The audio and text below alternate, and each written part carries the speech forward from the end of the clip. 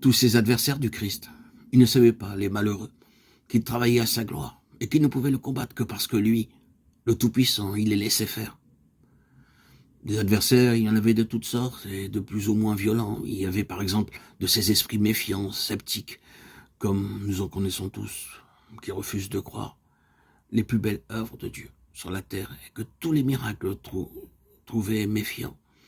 Même lorsqu'ils avaient vu l'un ou l'autre ou qu'on leur en fournissait des preuves, ne pouvant pas dire que c'était faux, ils prétendaient que c'était l'œuvre du diable et que Jésus n'était qu'une sorte de sorcier.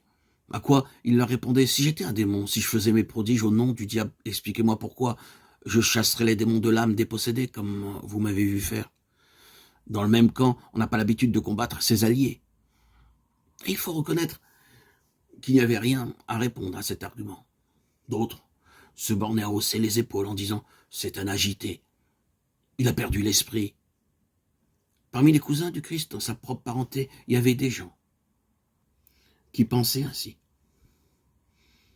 Que d'histoire, que de tapage, pourvu que ce toqué n'attire pas des ennuis à toute la famille. Est-ce qu'il ne serait pas plus sûr de le faire enfermer comme fou? Certains y songeaient. C'est le destin ordinaire de tous les hommes de génie de n'être pas compris de leur entourage.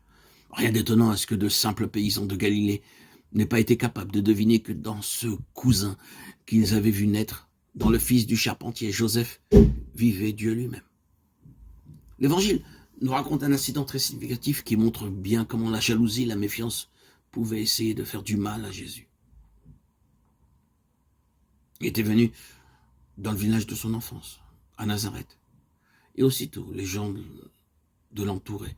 Eh bien, dis donc, il paraît que tu as fait des prodiges étonnants à Capharnaüm et en d'autres endroits dans la province. Allons, montre-nous un tour de ta façon. Fais un miracle pour nous, pour tes compatriotes. Vous entendez le ton d'envie, de curiosité, peut-être aussi de vagues moqueries. Était-ce là la foi humble et généreuse à laquelle Dieu a coutume de répondre? Aussi, Jésus se dérobe-t-il. Il ne fera pas de miracle pour étonner les badauds de Nazareth. Mais les gens sont furieux. Ils l'entourent en grondant, en lui criant des injures. Pire encore, ils le poussent vers un escarpement de la colline au-dessus du village, comme s'il se proposait de le précipiter en bas.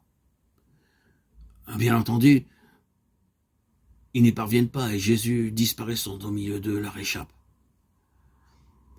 Mais quand même, cet incident était bien révélateur. C'est de lui, de cette page de l'Évangile, qu'est venu le proverbe. Nul n'est prophète en son pays.